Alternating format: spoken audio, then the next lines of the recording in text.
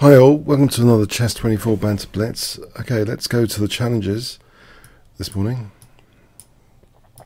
So the commutator is the first challenge,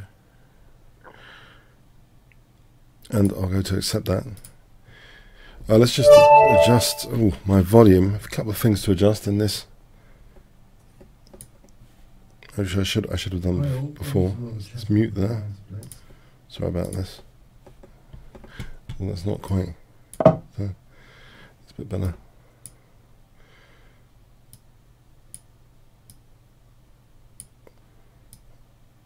Okay, I think that'll do. Alright. Hi, commutator. Alright. Let's play the Sicilian defense.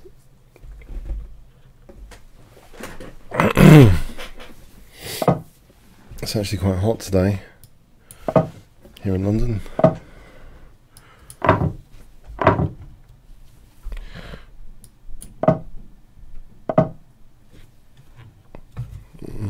Okay, I'll play a6. My cold's got a bit better. It's still got a little bit of it. It hasn't gone totally away, unfortunately. Not as bad as I think the start of it last week. As I missed, asks, how are you, Kingscrusher? Right. I hope not to be coughing too much now, because I think I've over most of it. So, right. I didn't do that much streaming during the week, though. I was trying to take it easy. Mostly just a bit of chess. So, alright, let's see. So, I'm going to play knight takes and b5. This looks like a reasonable position so far.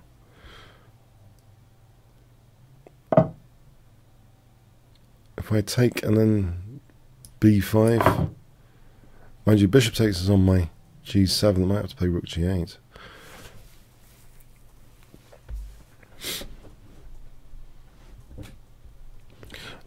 Okay, so bishop takes and then rook g8. I do have to protect, I think, this. So rook g8 seems plausible. I think I'll try that. b5 and bishop b7. Okay, let's try b5 and bishop b7. That's the plan, I think.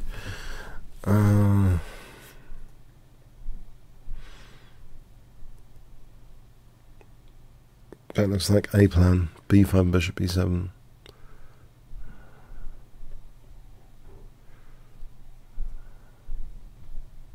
Can't see what else to do. I think White's played it very well so far. A lot of pressure. Looks pretty standard. B5, hang on. E5 is dangerous. D5, there might be a sack.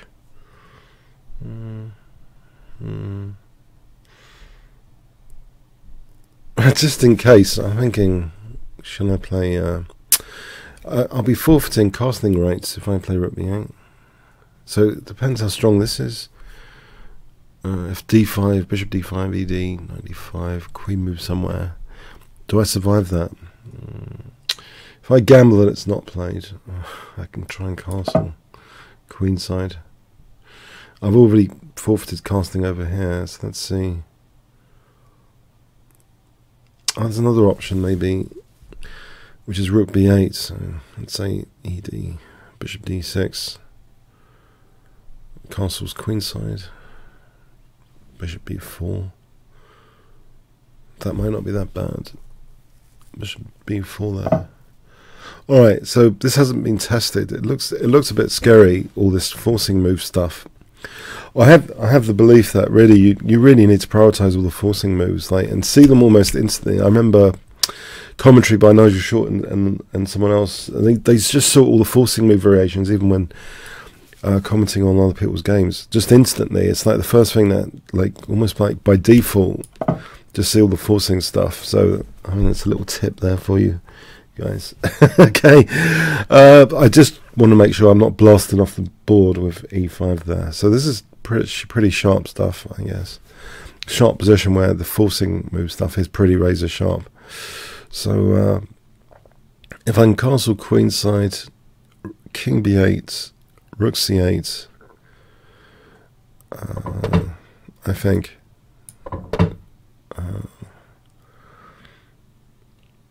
King b8, rook c8. There's a lot of pressure here, but how? Okay.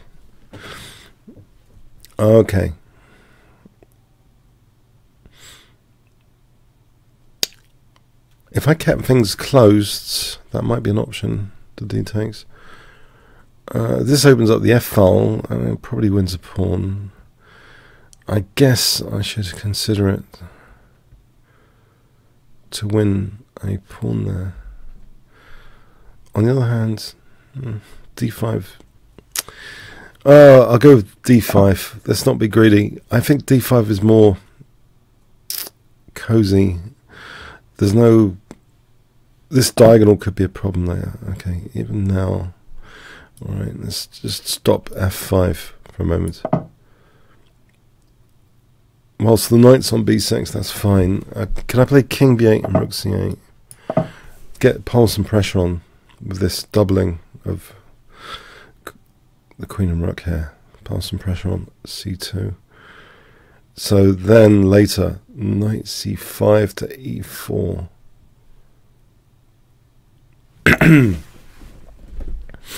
I suppose bishop takes b5 needs to be calculated.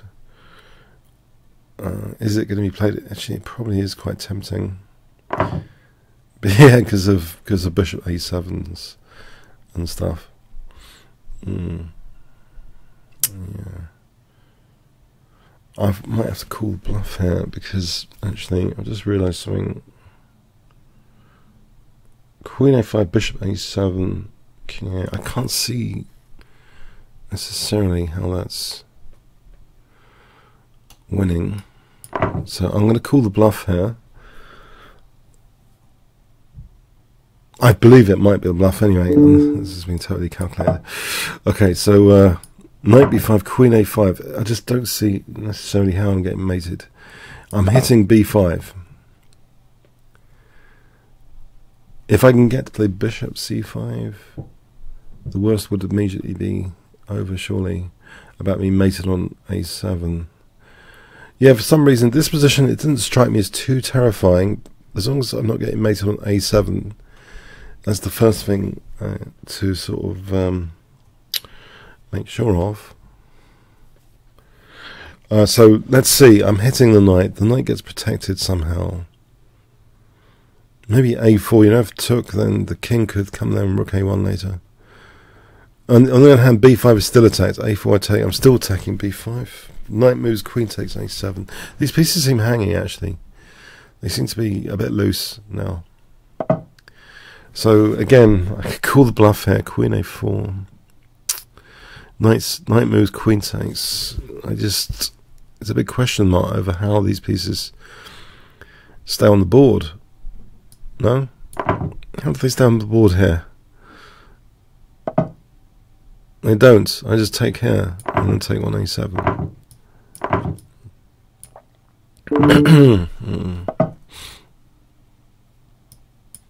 Alright, king here. b4 shields my king on the b file. Okay, thanks for the game, commutator. Right. Graph. Okay, let's try b3.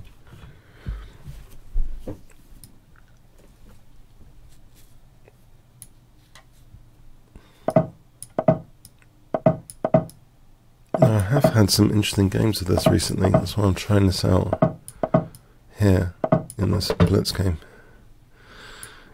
I like... no, I don't like to lose that bishop. Alright, I'll suffer a3 and bishop d3 inconvenience to keep that bishop on the board. I like both bishops pointing this way. So, queen g3.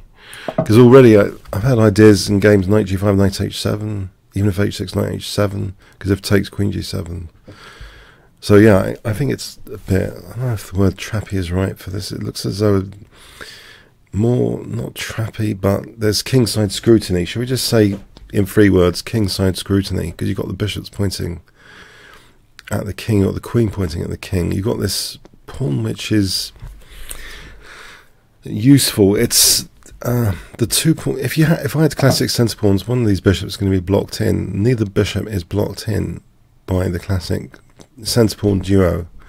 Knight g5 is, I think, already dangerous. Knight h5, queen h4 threatens queen takes because of takes, bishop h7 mate. That's another sort of theme here, that once you've got both bishops like this, they're cutting a lot of escape squares. So queen h5 is threatened. I just found these tactics quite fascinating in a recent tournament. Like here, it's possible to play queen h5. Believe it or not, I played this online tournament just on a mobile phone and iPad later a few weeks back, and I had some brilliant games which I wasn't able to do commentary. So that's why also I want to sort of, let's see this tactic. So I think it's working here, you know. Or is it? Bishop takes g5 is probably a good move. Not takes because of queen h8. Bishop takes g5, queen h3, e5, f5. I still think it's worth a punt. It might be worth a punt. Let's assume it's worth a punt. What about bishop g6 instead? Bishop g5, bishop g6.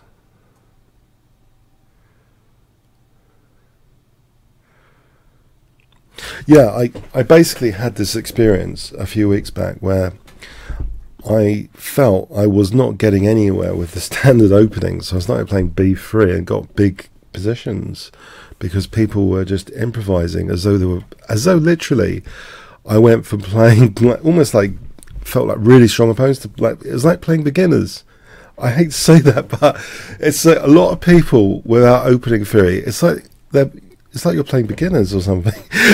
You know, no, I mean that. I mean statistically, I was playing a bunch of 2300s at a certain time limit with Smith-Morrow gambits, mainstream stuff, getting a nice queen's pawn, getting ground down in a lot of those games positionally. I started playing b3, which facilitates this kind of just point some pieces at the opponent's king, get them out of opening theory and get them improvising. It's like you're playing beginners after. So if you ever try that, if you're ever getting massacred in some tournament, just try switching your opening to b3 sometimes. It is quite a dangerous weapon, I believe. But I think I might have been biased. It helped. I think the ratings lowered a bit as well. So bishop takes g6 here looks plausible.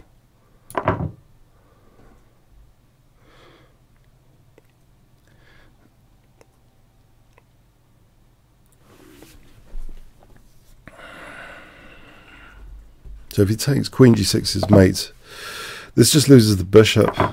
Yeah. Now queen h6 here gets the queens off. I can deprive getting the queens off here. I think also bishop h7 is mating because it takes rook f7. If takes, that's mating. If king g8, rook g7 is mating, king h8, queen h6. So bishop h7, to recap, if we look at the forcing move sequence here, takes rook f7, check. Doesn't matter what black does there, I think. King h8, queen h6, king g7, rook g7, king h8, queen h6. So this looks like crushing. Bishop h7 for rook f7. Now my calculations might not be perfect. I'm hoping they are correct here. I'm hoping. It seems logical to get a rook to the 7th here. So rook takes, queen takes. Yeah.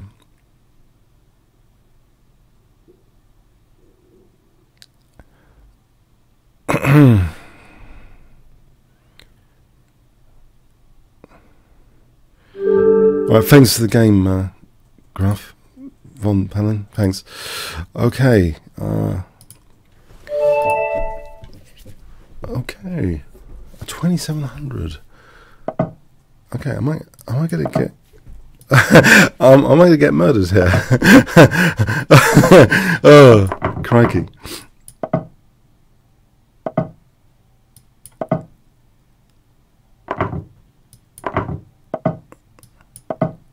Now I've played the game with leader 0 in this line, and actually I think it's quite good fun for black. You provoke f4, then you do this. She played this against me, and I thought it was very, very annoying. Okay, there's a check here. This is kind of, I think, theoretical.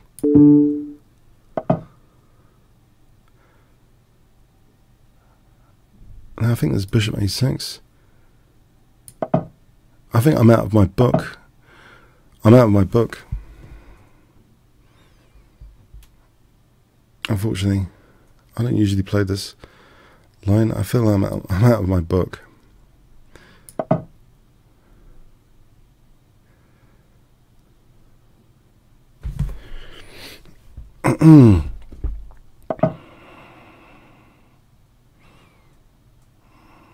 If I just lost the piece. If takes, yeah, I'm losing a piece. This bishop seems trapped. It seems already diabolical. Unless there's something I'm missing here. It seems already pretty diabolical. Okay.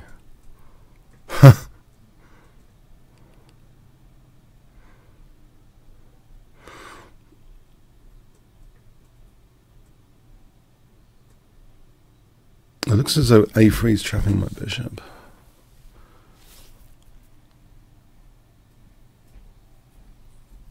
I could give bishop c5 with puns. I don't think it's worth it though.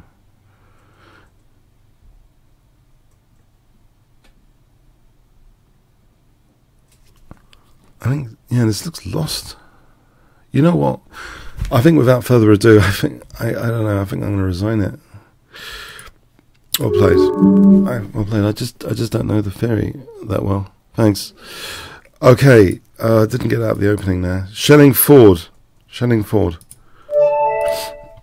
Okay, let's try c4 here.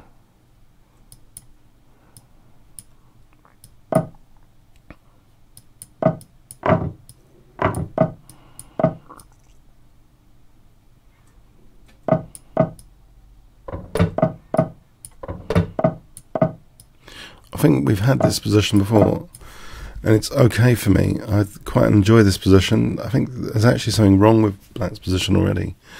If this, I mean, statistically I've done well from this position, because there's an issue with f7 and the f file, which I usually tap into with e4. I'm happy with this so far. e4.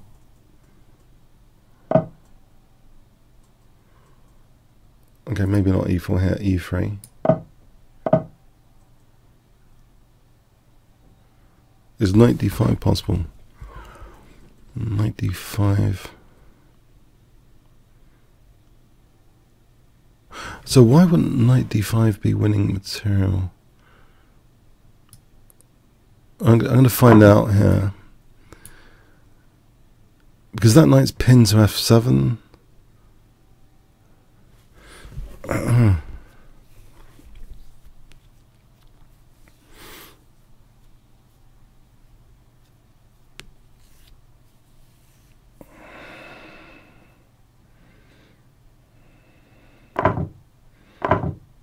Right, I think the knight's pinned to f7. I don't think it matters at the moment about knight d4.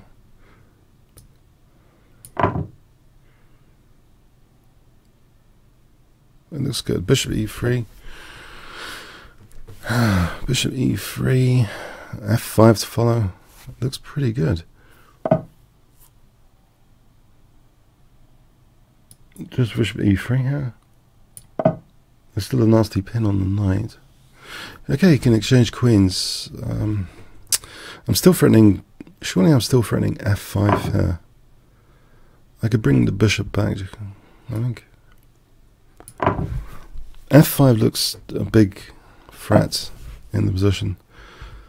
Even here, I could crash a rook to the 7th rank with f5, unless there's something stronger. I don't know, it does seem to run in my favour, most of this, doesn't it?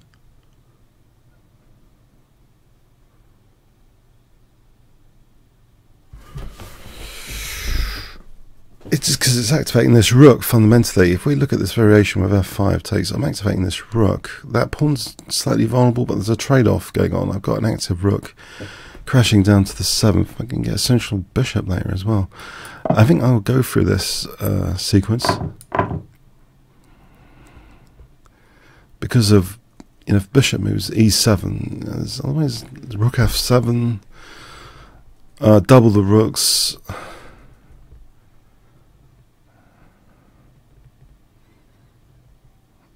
It looks, I think this is unpleasant still for black.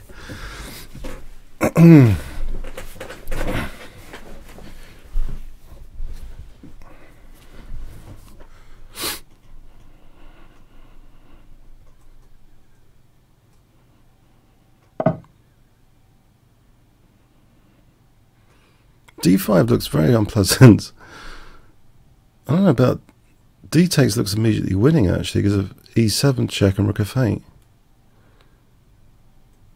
He can't take because of E7 check and then rook f8. But he could play bishop E7. Is that really the idea? I mean, it might be, but that looks pleasant enough with rook f7.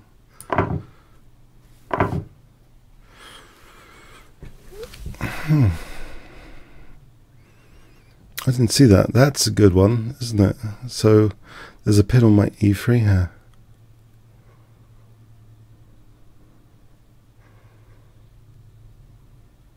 Okay. Oh, okay. Is there bishop a4 to try and win some material? The exchange, at least. I don't like his bishop pair necessarily.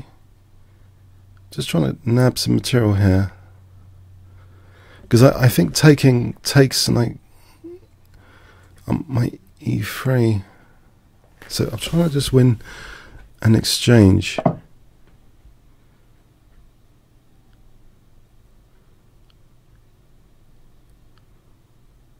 Okay, but there's always f7, isn't there?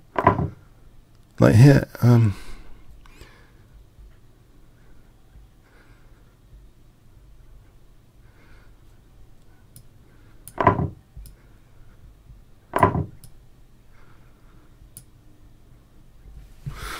alright, can I remain a pawn up if I play bishop f4? No, there's a check. Okay.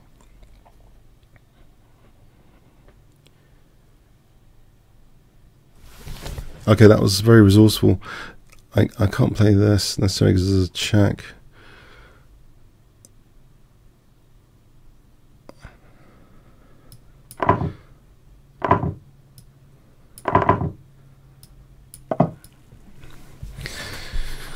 Okay, I'm a pawn up in this rook and pawning. I was hoping for more. I was hoping for more, really. Okay. But anyway, let's try and grind this. Okay.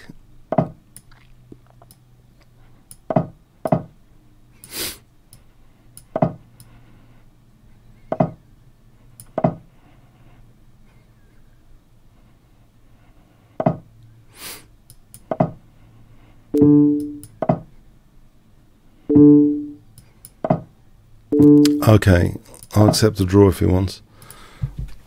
Unless he wants to try and outplay me. Put him down. Okay. let's see tactically. I think there must be opportunities. In a longer game, I think there's a very important expression. If you see a good move, look for a stronger one. I think there must be opportunity here. Let's just have a look. It looked close to being, in some lines, knockout blow, but my initial thought was d5. There's two connected passed pawns. There's not much to calculate. It's like two connected passed pawns look lethal. So I played d takes, which I thought was winning, but I'm missing this loose piece on e3. So yeah, I think the play simply, just intuitively, d5 to keep that nice network of the two connected passed pawns. It looks like plus 4.6. Yeah, I just thought this was. Yeah, I didn't see this. That was a blunder. Now, bishop a4 is a good move, apparently. Yeah, because if I took here takes is on this, And there's no f7 because he's on the f7.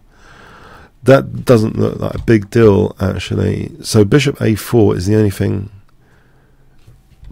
And it's... So I did take... I go wrong here again, don't I? With this. Okay, so bishop d7. And then there's still e6 after. So where does the bishop go? Well, I just...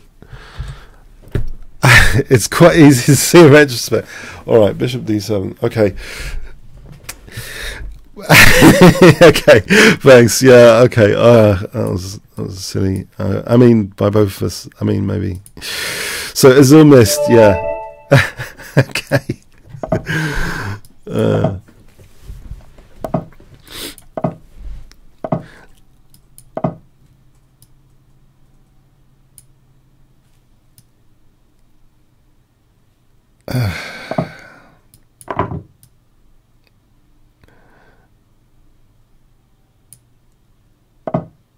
Right, I've had this recently. I think bishop e7 is my concession. Now, I have played g6, but as long as white's... Oh, we've had this last week, didn't we? So as long as white's not killing me on the dark squares, I know it looks a ridiculous thing to do, but I don't think it's fatal necessarily.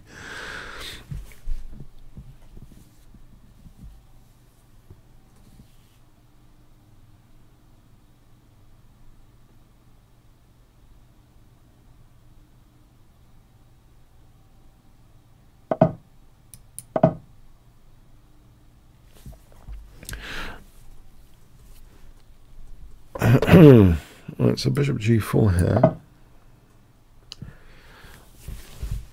Now, as long as this rook's on, as long as my king doesn't have to come out on bishop f7, and there'll be things like knight g5, this looks okay. So bishop e2, bishop e2. It doesn't. I guess it doesn't have to play bishop e2.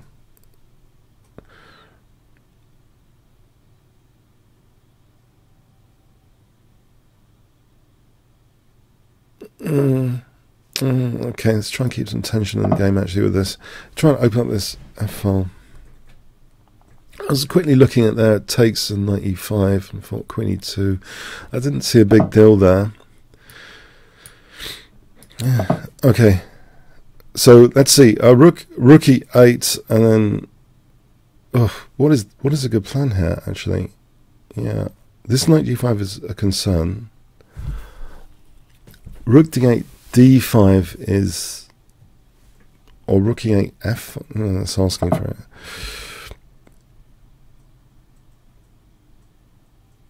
I can cover my h6 square here with king g7.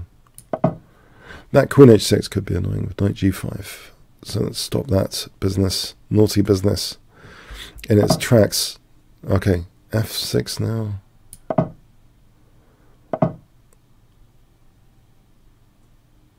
And if I play knight e5,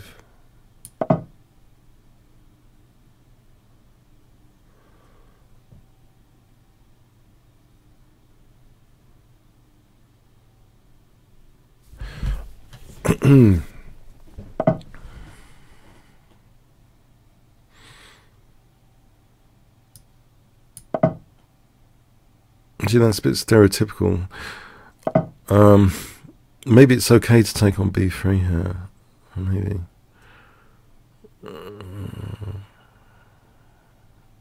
Or is that?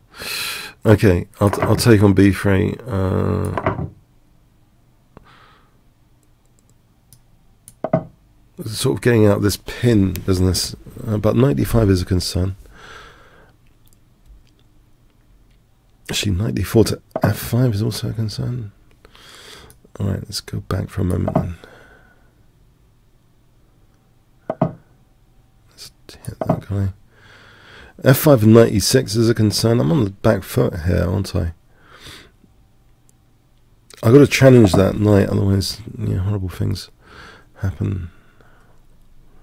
I can take in the knight f5 here. No? Let me have the f5 square, basically.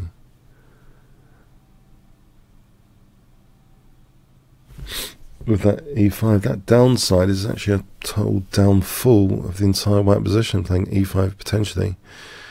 Small weakness of the last move there is going into this fork now.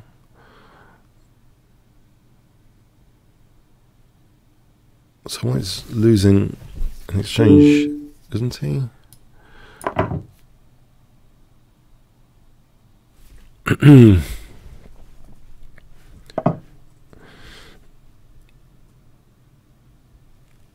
I could lose the exchange back quite easily to knight d5 or knight e4 after. I see. Yeah. Dangerous. Let's do it anyway. Let's play c5 immediately to get out of this pin before this business of knight d5 or knight e4. Although I weakened d5, small concession trade-off, weakened d5 to keep my exchange up for a moment. So, rook f5. I'm covering d5 now, though, surely. With, say, queen e6 later. And then there's queen e3. If g4...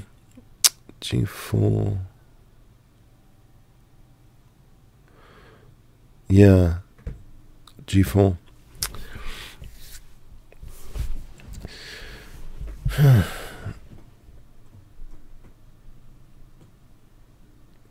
Alright. If he wants to play g4, he can play g4. I'm not sure that's that great anyway. Maybe I'll just move the rook back. I'm just concerned about the d5 square. It makes more visual having a knight on d5 now. If the queen's not on that diagonal, it's more visual than functional, probably. There's rook e2 coming up. Okay.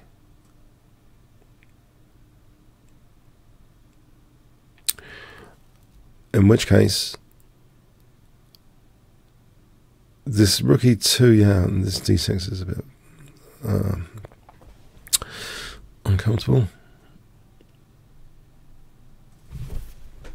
Queen f6, knight d5, queen d4. Alright, let's go with queen f6. G4, rook f4, maybe. So if knight d5, queen d4.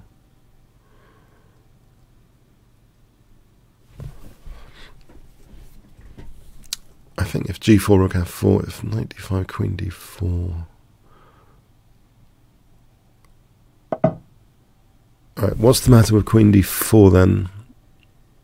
Let's check this out. I think it's okay.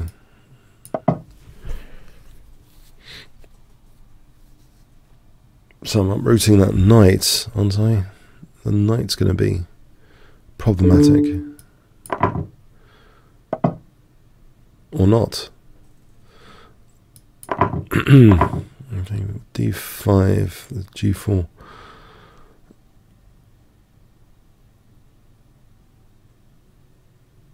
About g5 then.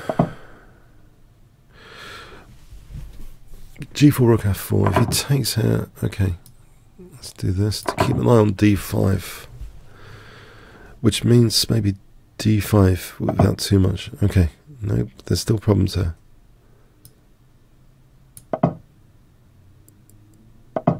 I can take that. Alright, fence the game, as almost. Okay. On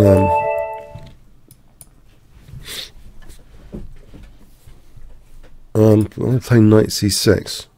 Am I? Depends really. I should wait for the first move really. Okay. I could invite French defense.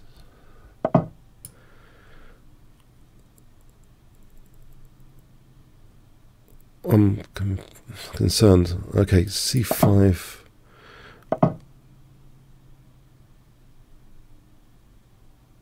And snake, Benoni.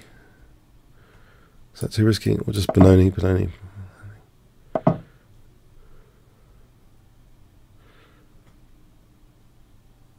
maybe with bishop e7 as an experiment here, with bishop e7. See what some differences are. Right, it's playing as if it is Benoni. There are some key differences. I still might be able to play on some dark squares. d6 is still an issue. Actually, I've got some entanglement here. Issues.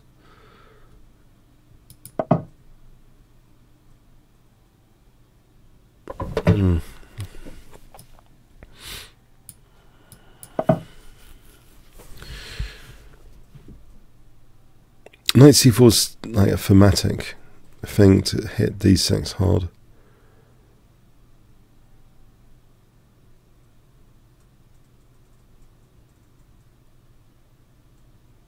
I think someone said on YouTube once, Benoni is like son of sorrow. I looked it up, son of sorrow. So, okay. As far as I can see, the d6 pawn is one of the main concerns in the Benoni. So knight f6. Well, that bishop's the target now. If knight b3, I might have to take on c3 and take on e4. But there is a bonus here about giving away this bishop. I haven't compromised these dark squares as badly as the main Benoni. So if I have to give up this bishop, it's with less cost basically associated with neglecting dark squares around here. So let's see. It's an option to just to take and then knight e4 on knight b3. If I take and then knight e4, if knight c4, I can still put part of the pressure on e4 here, as though I'm going to take. And knight g4 for knight h2, queen h4 is dangerous. No, that is a dangerous threat. Knight h2. Even if knight b3, knight h2, whilst this bishop's cutting one escape square and one only, you almost get mating combinations out of cutting one escape square. It's weird in chess how brutal things are. So knight takes h2, king takes, check. It's crushing as far as I can see. Pretty brutal tactic.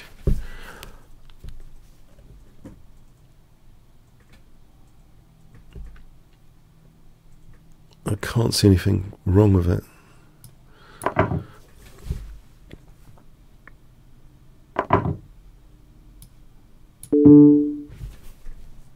Might have to give up the queen. Queen h3. Okay, so d6 is still a problem though. It's still a game because my d6 is dropping off. I can't take this for granted. The rook on the third rank could be a pain.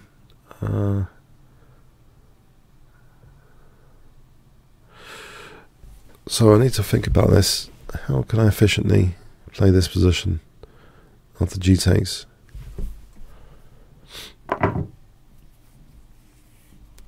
Bishop f2 for queen g3. Bishop f2. It seems as though g3 is vulnerable here. These pieces are not helping g3 there. So queen g3, queen h3 would be threatening like to mate. How do the knights help g3? They can't. This one actually, no, it can. Knight e2. Right, knight e2. Okay, anything better then?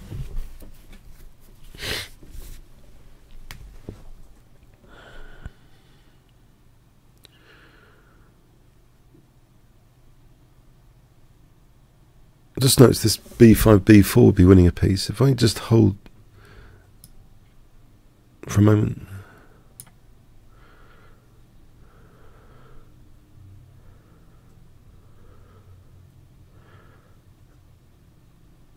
Is the opponent disconnected on me? Ah, a bit worried now. Just trying to calculate this stuff. Bishop f2. Let's try bishop f2 for a moment.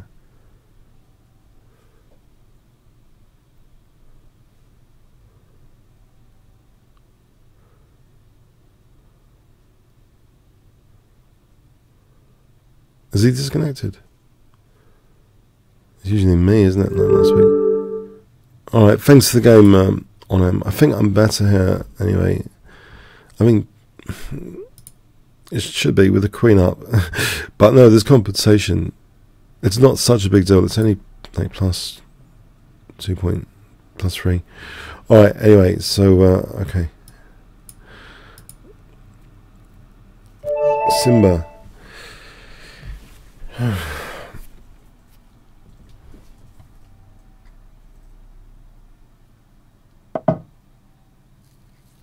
I'm trying to see what he does to the knight c6.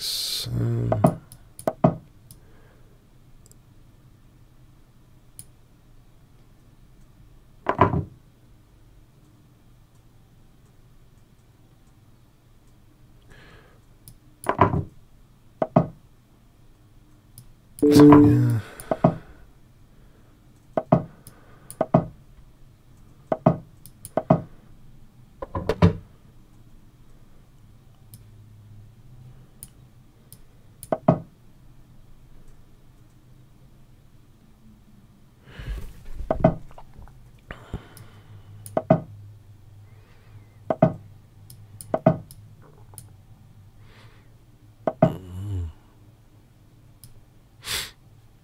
Oh, there's bishop d6. I might have to castle queenside.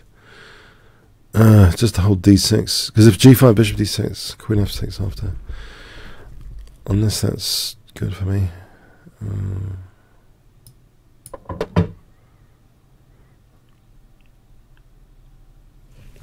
Let's imagine g5 and bishop g7. It's on a7.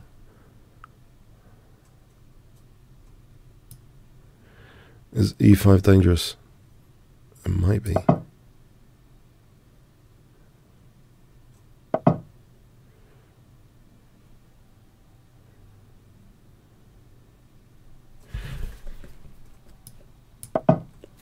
Maybe knight h5.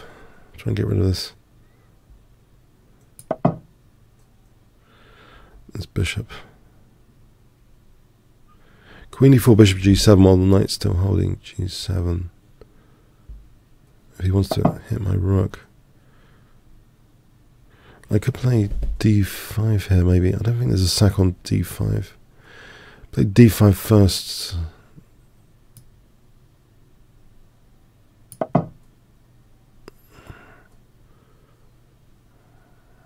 I'd like to bring down... I'm thinking this bishop. It's not going to do that for a long time. So maybe... there's h5, h4. Knight d4, is that crushing? h5, h4.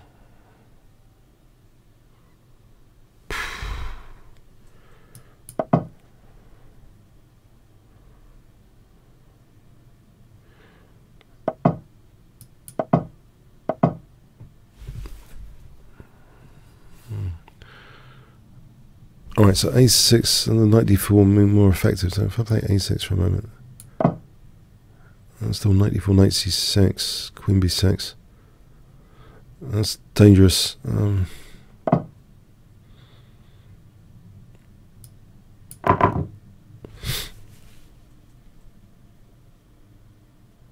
c5 here for d4. c5 stops rook b4.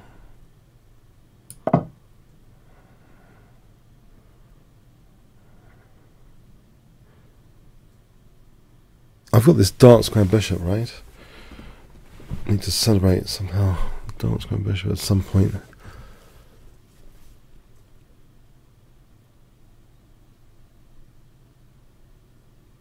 Queen c7, d4. And queen c7, queen g5, bishop e7. I think queen c7. Right, now he's off g5 as well. What's wrong with queen c7 out of interest? I just want to... Yeah. Oh, maybe... Okay. Okay, I'm giving him a nice knight here. But he's closed down his bishop.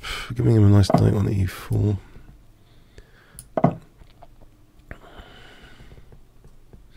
Oh, I could double the rooks. There's bishop e4, bishop c8.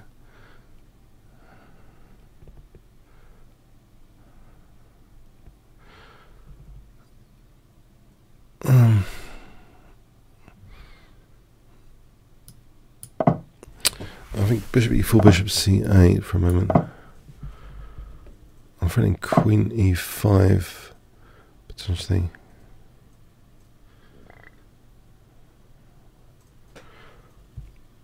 There's rook f4 here, just to get him to go back on that. Is that useful?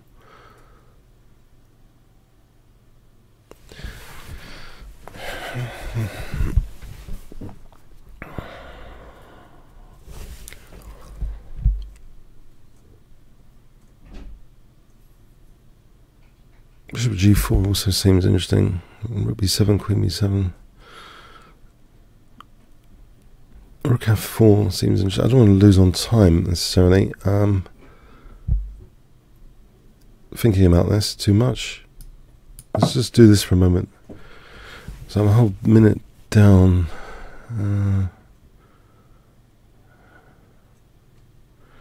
What about just queen e5, bishop d6 later?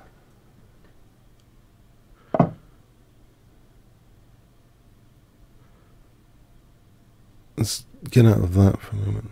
Because I think there's bishop b7 and discovered checks. I want to take here without too much controversy.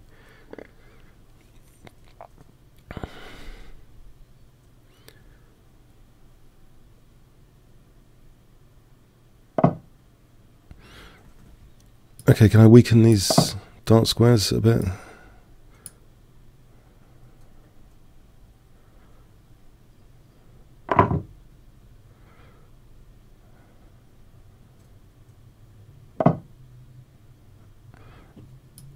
And let's get a nice bishop on d4 at least. In fact, bishop g4 would have been interesting.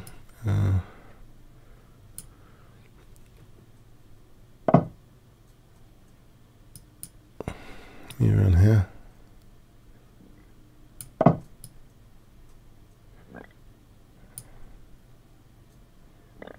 It's got queen b6 if nothing else.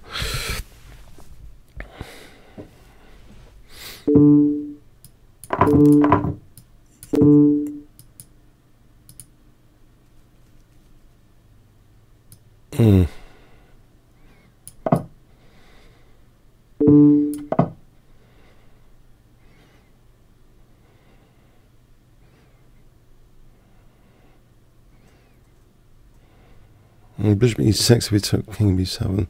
Let's get rid of this d5 bishop. Hang on, I'm on f2. Wait. I'm on f2 here. Let's do that anyway.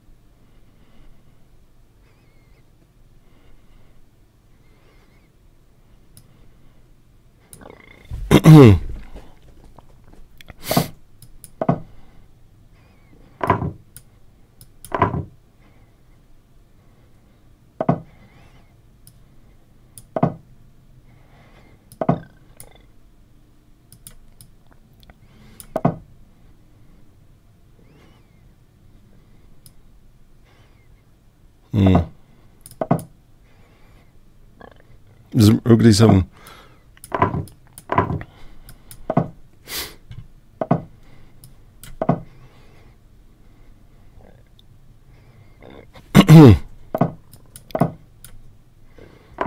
No, I should have doubled the rooks actually.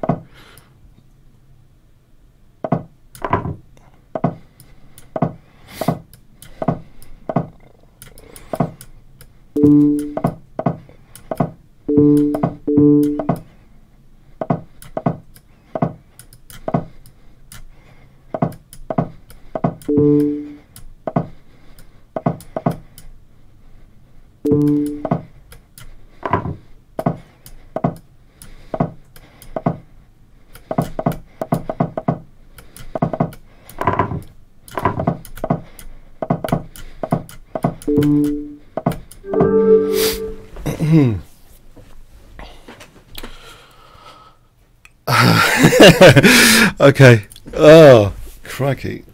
Oh. Okay, yeah. Very good. Well played. Okay.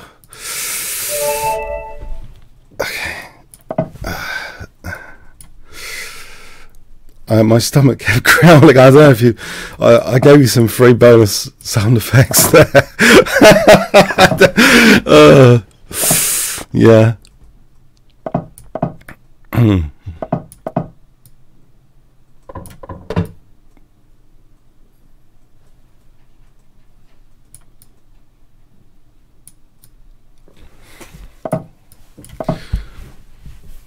Why are people giving me this position? It seems virtually winning. I don't know. Oh, yeah, maybe that's biased. I don't know. It looks as though... Okay, it's not winning. I mean, I take that back. It looks as though I love this position, the knight on e5. There's a lack of tension here in the center here.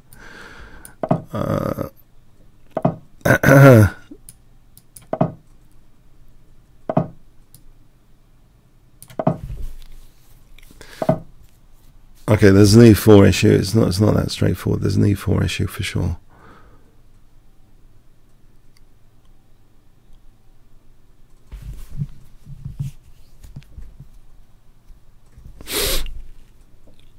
Okay, yeah, that's painful the way he's playing it. Painful.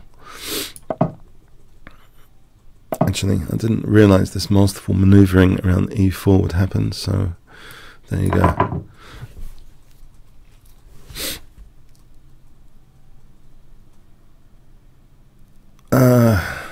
Yeah, this is going to go downhill.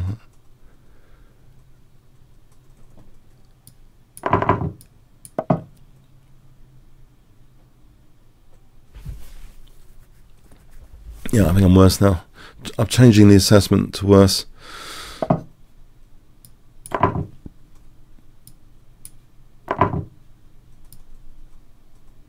If I play king h2,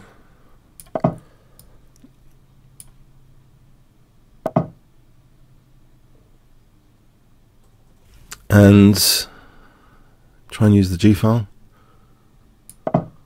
or not. Rook G1.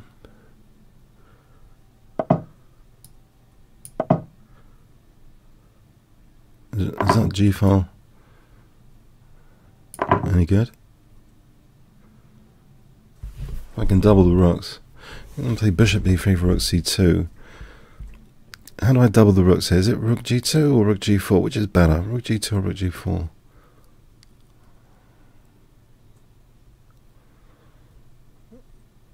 Maybe rook g2 is better because it safeguards against rook f2 in the future, and also the e2 pawn. I think I'll go with this. Attacking defensive.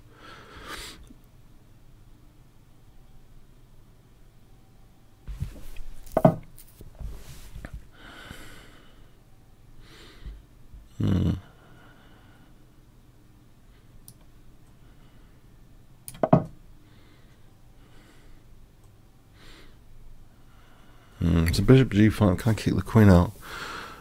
I have to blockade against the e3 because this bishop's liberated. Bishop g5 is not doing anything. There's bishop f6 after it. So I'm playing queen e3 and bishop f6. Just check out e3 immediately. Queen e3. Might give him counterplay. E3 immediately. And rook g4, there's not rook f2 yet. Can I not just checkmate the queen with rook g5, rook g4? It'll be rook f2, bishop f2, queen f2.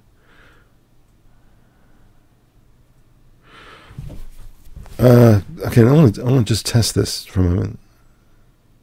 Just test it here. Is the queen getting out of there or going to h5? I can tolerate rook f2 here. In this position, with the rook there, I can still tolerate it, surely. Alright, so bishop g5, bishop f6 then.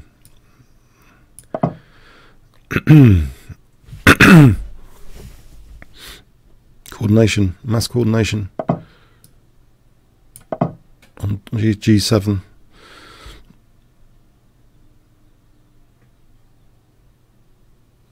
Rook g6, queen h8, queen h6, rook g6, queen h8.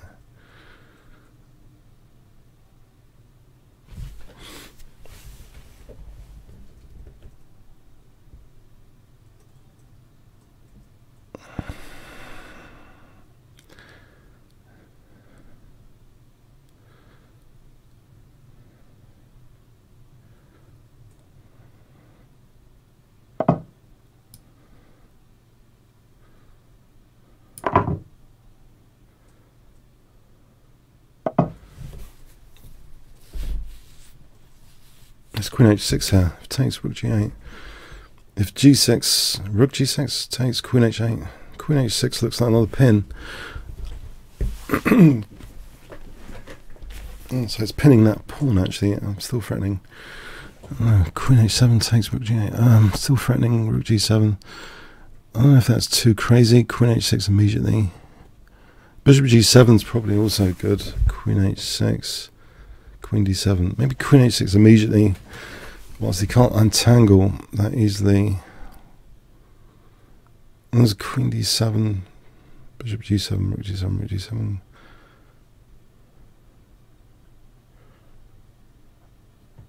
I'm not entirely sure, actually, about queen d7 in particular.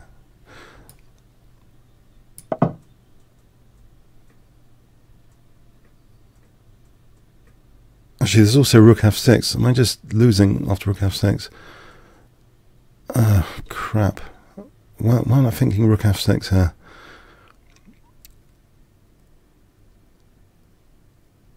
Yeah, rook f6. That was too speculative. Too speculative. I think he just does rook f6. Oh.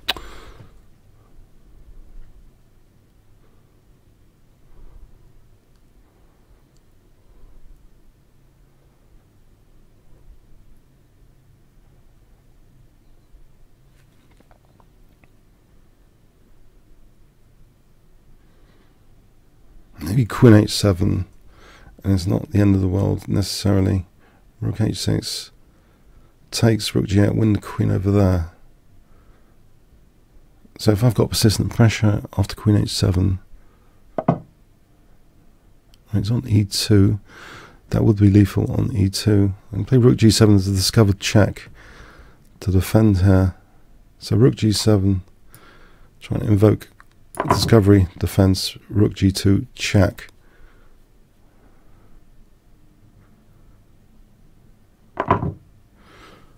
So again, rook g7, I've still got discovery, defense.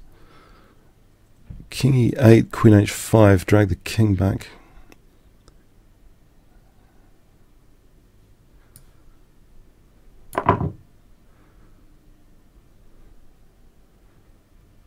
King f8. I think. Queen h7 after. Mow the lawn. Just mow the lawn. Queen h5, king f8, queen h7. Get the king back first.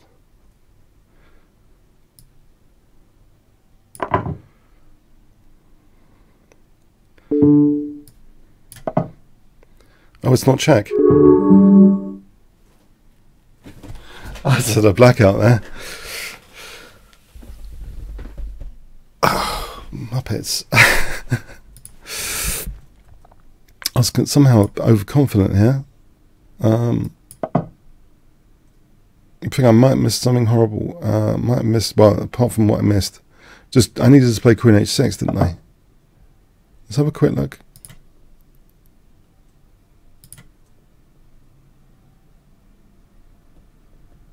And there's king g3 anyway.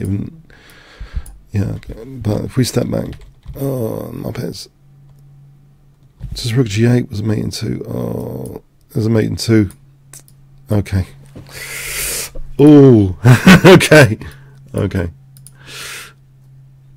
For some reason, yeah, I thought I was improving the position, but yeah, needed that discovered check. That's the way it goes.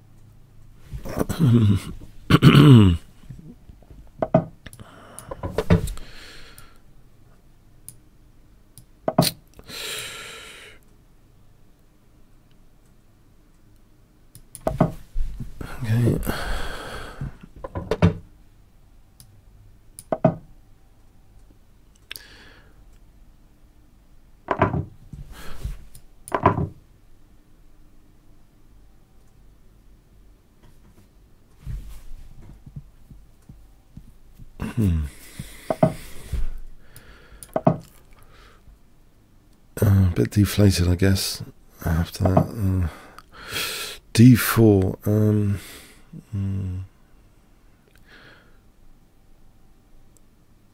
Queen A4. E4. Bishop E4. Bishop D5. I think E4 for Queen H5. E4 for Queen H5.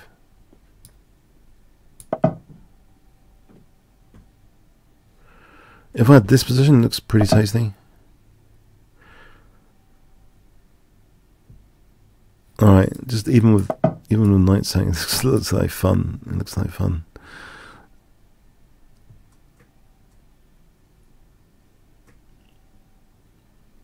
Although F6, yeah, okay, maybe F6 is after taking F6.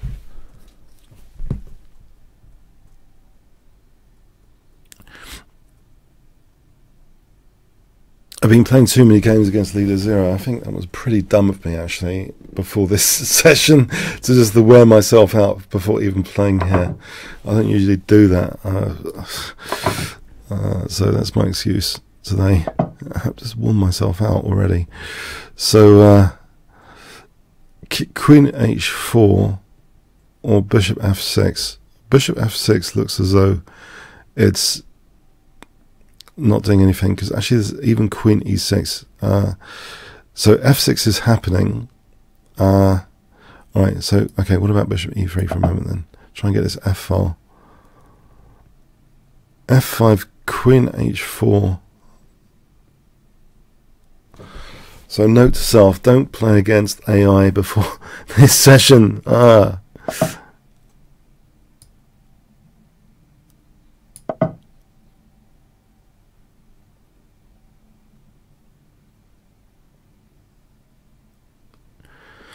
Takes an F4. I still think there might be some sort of something going on. Takes an F4, some sort of attack.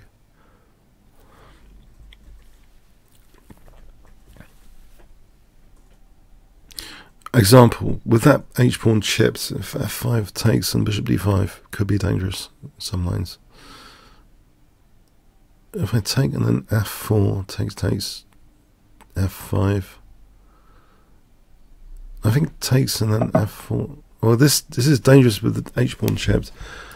I think I'm going to play Bishop D5.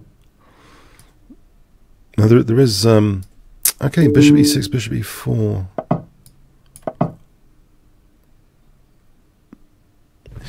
Okay, there's the repetition offer, is that?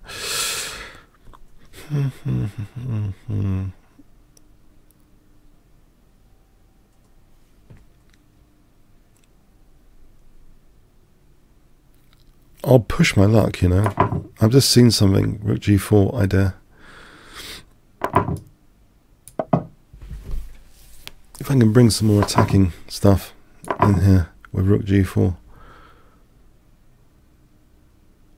Also, this pawn, there's a check there to try and win the rook sometimes. And there's Queen F7 defends. Okay, there's a few little ideas here.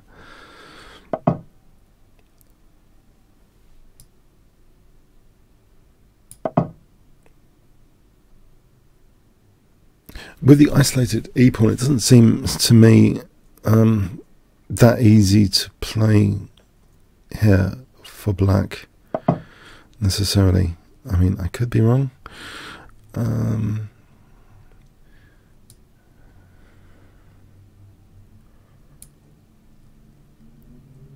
Maybe D4, just trying to open the center file,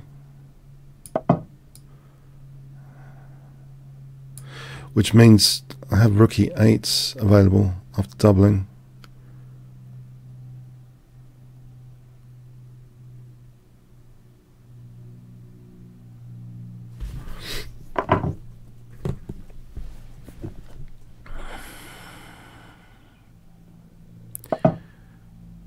I can shut down the F1 with F4, and that means G5 is a big deal. So that means I can double rooks now, potentially.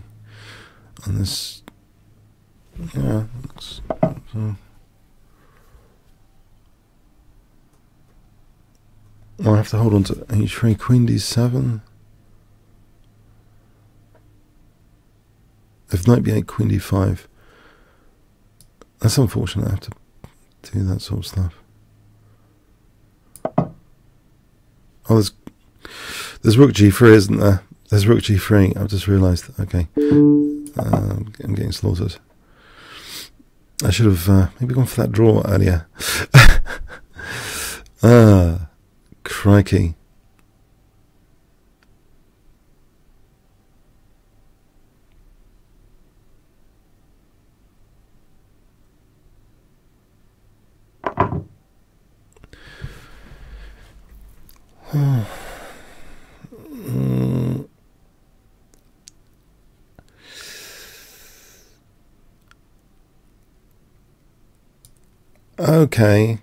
Okay, this doesn't look entirely good.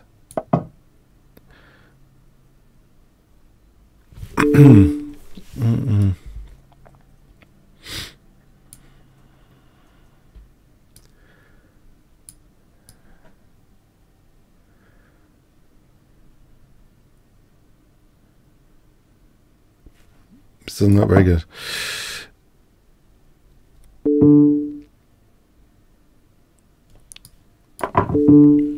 Feels a bit of a let off, considering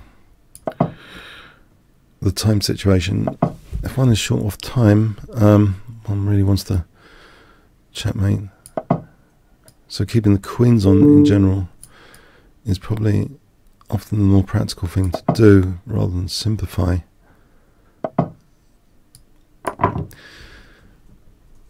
Yeah, I think keeping the queens on and going for the kill was the way to play it.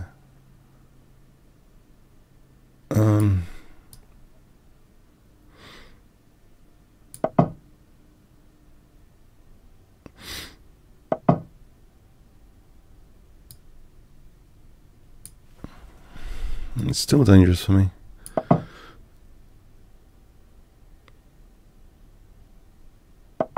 I'm nearly getting mated here with my king there. This is really funny. Okay, I'm nearly getting mated. How am I? Crikey. Okay, what about F6? F6. I get the D5 square for a moment. I get the F5 square with this. So if check, King F5.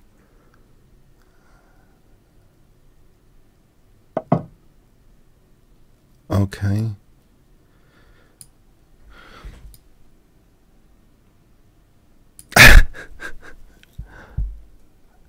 How dangerous is this? Is this mega dangerous still?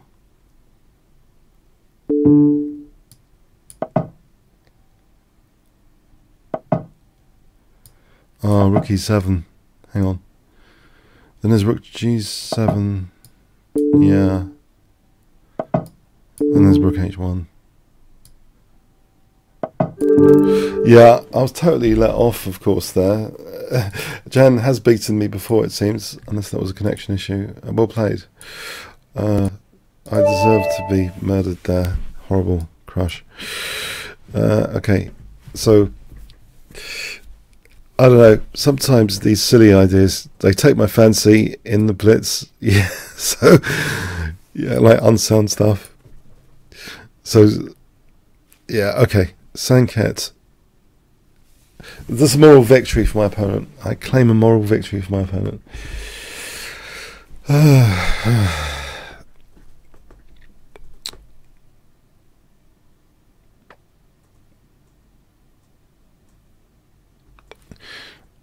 Right, let's sink it around.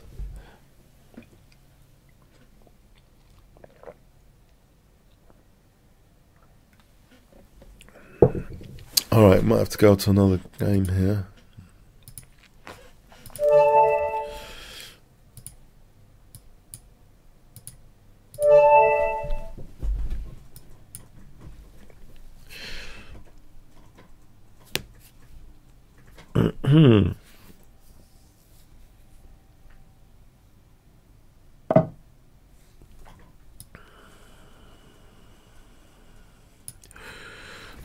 Okay, I've confused my opponent on the first move. This is like the tango variation. So if you're a fan of Scent of a Woman, there was a reference to the tango in that. If you mess up, you just tango on. There's a quotation in there. But the tango, the knight is tangoing over there, like dancing, a dance maneuver or something. But you're provoking dark square weaknesses, which means the bishop's usually quite good. The dark square bishop is usually quite good in this structure. So you can tuck it away on a7 or swap it off. Don't prefer that to that. Trade off there, you're giving control of f4 and d4 when you double. I'd rather have f4 for a knight. Let them take to get f4 for a knight. With my rook on h8, I can still play h5, h4 here. I guess this is a sort of dual purpose. A lot of my openings seem to be very, very good for the as many rounds as you can play tournaments, but also probably for this sort of thing.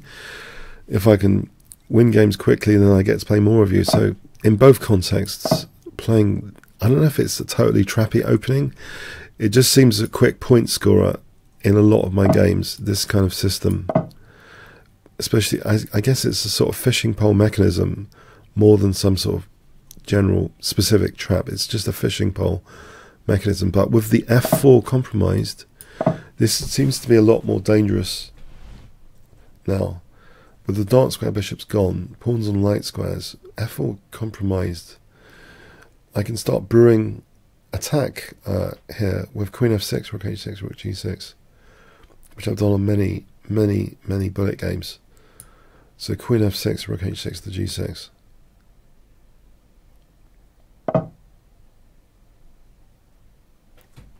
If that h file opens up, in fact, queen g5 threatens knight h3. I should have considered queen g5, which I've used many occasions as well. Queen g5 for knight h3 to hit the queen. I can keep that in reserve for moments. There's also rook h6 to g6. I mean, there's also queen h4. I mean, these are all pretty tempting.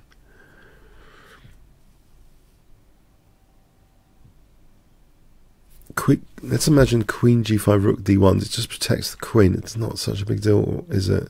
It is, because knight h2, and I'm threatening queen g2. It's not just about this tactic, it's about g2. If I play queen g5, threatening knight takes, queen takes, and also knight takes, queen takes, mate. So yeah, queen g5 would have been strong.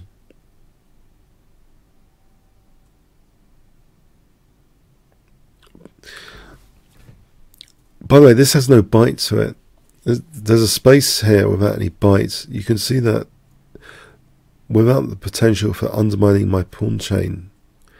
In the King's Engine, you have a lot of potential for really wrecking the opponent's pawn chain. Here, because it's closed, it doesn't really matter about this. The space advantage doesn't have any teeth to it, it seems. I mean, maybe I'm biased, but okay. This activates the rook. It means now this is even more lethal than before. Queen h4, knight h3.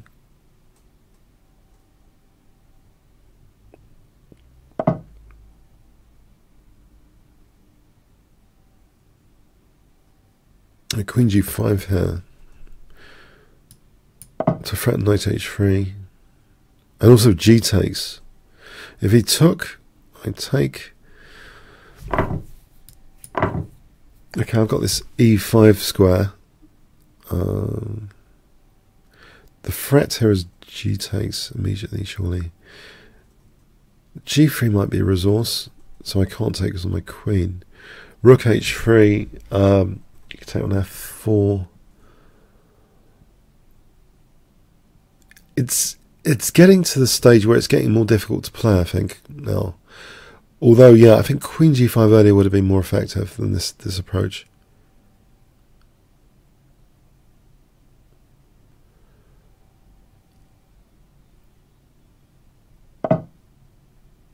There is g3, I guess, on taking.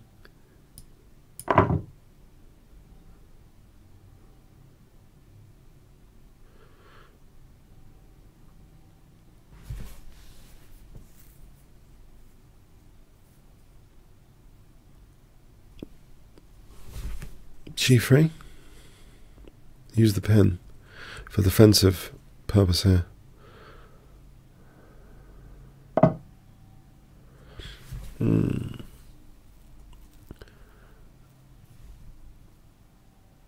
I thought so.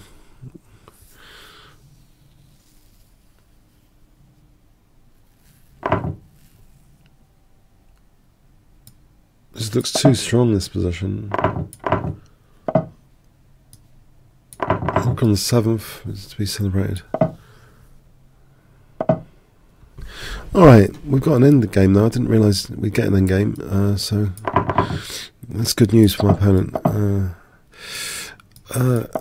Right, get these rooks activated. Maybe g6 here. Actually, no, this isn't over, is it? Check is needed to try and defend this. Okay, thanks for the game. Right.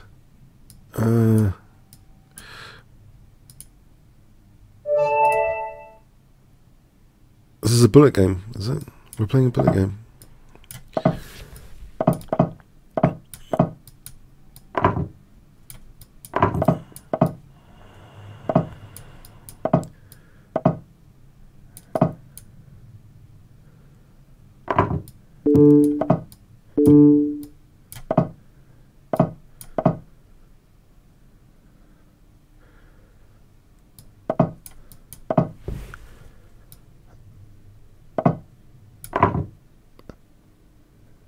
Not too much time for commentary.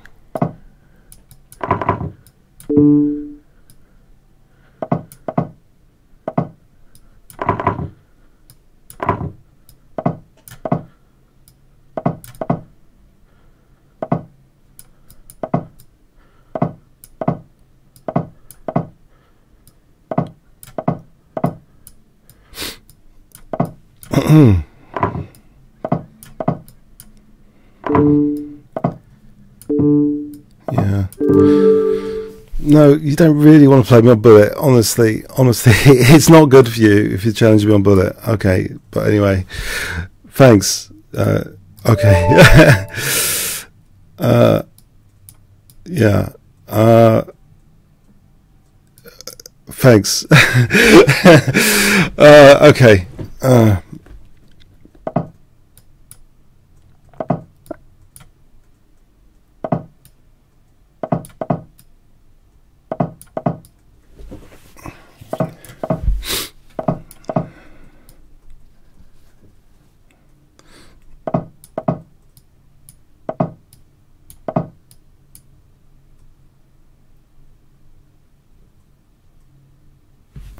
Okay, Queen D7, but there's no time for commentary, really.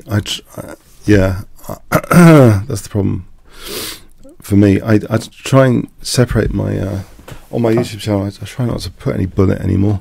I'll try and separate because it's commentary-less usually. So I'll try and separate my. I keep all my bullet stuff on Twitch, Kingscrusher, mostly as a general rule this year. I want to sort of focus on the master games on the main channel, and I make an exception for these blitz sessions because there was a bit of commentary, basically. Maybe some other stuff, but yeah, I'm trying to keep my Twitch for the bullet stuff. But yeah, there's something I find I just find bullet chess quite relaxing, actually. Because actually it really is just a lot more on intuition. It really is less on calculation. There's less calculation strain. So for me.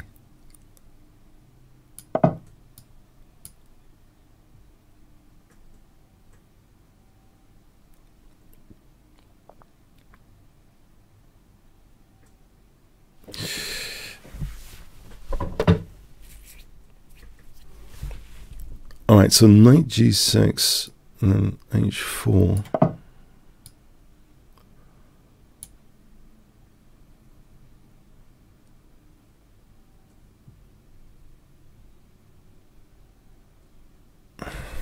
It's been a very, very good average opposition today.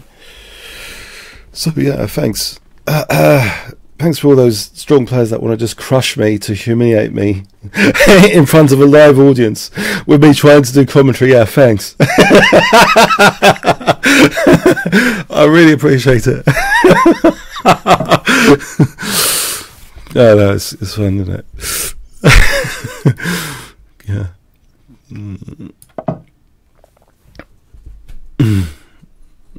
Okay. So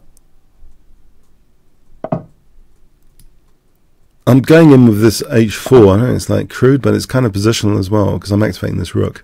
Active pieces, clearly positional h4.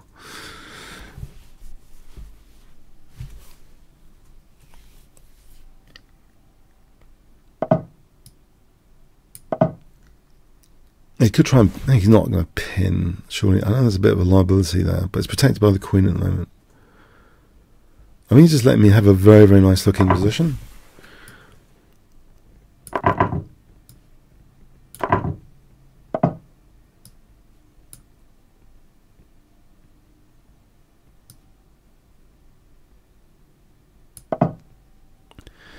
Rook h3 looks very strong.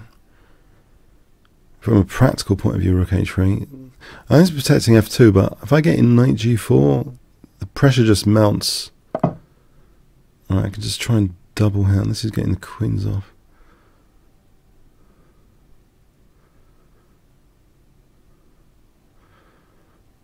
g5, queen f6. What about king f7 instead?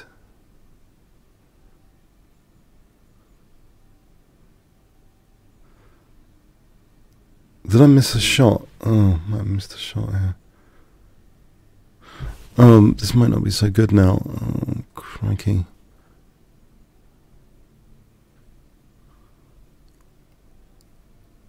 Because his bishop e3 is going to be a pain.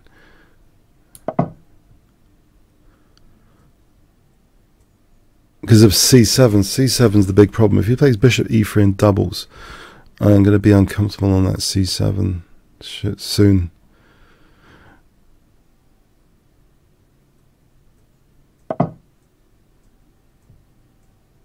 Isn't that okay? Is there g5 here?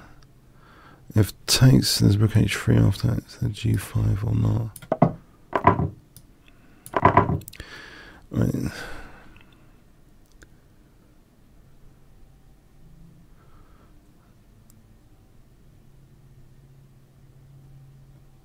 Is there rook? No.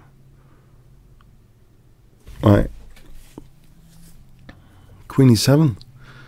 Because if he takes rook c7, king f6.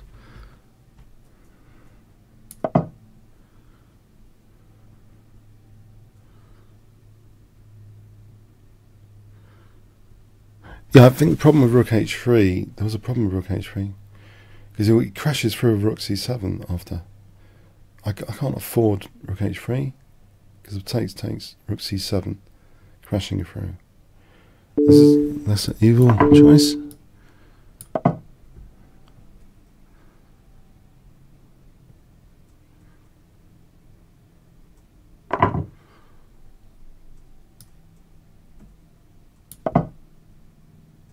Knight f7, rook g8 looks good still. If I have knight g5 later as well, it still looks okay. As far as I'm aware. Knight f7, rook g8.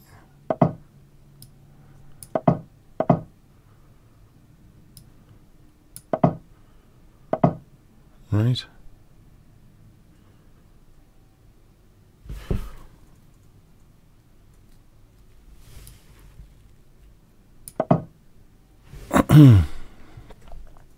Isn't there rook f4 here to drag a rook back? Kicking and screaming. Drag this rook back. Get off my 7th rank. Rook f4.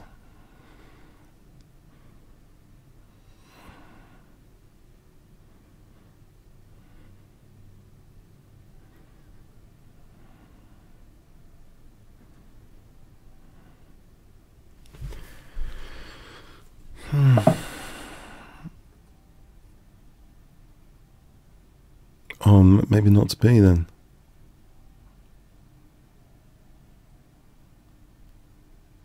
I can get this for defending f7. Just realised this defends f7. Alright, so there's rook f2 here, isn't there?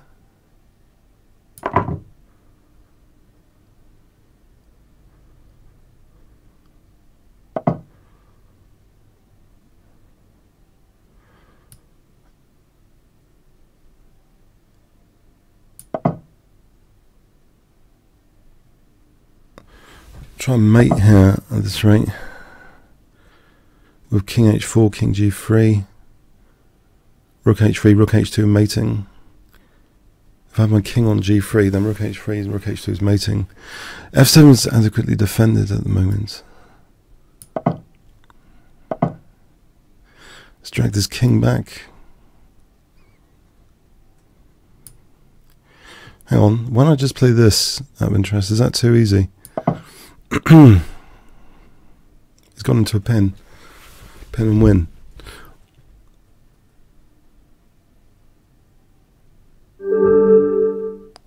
Okay.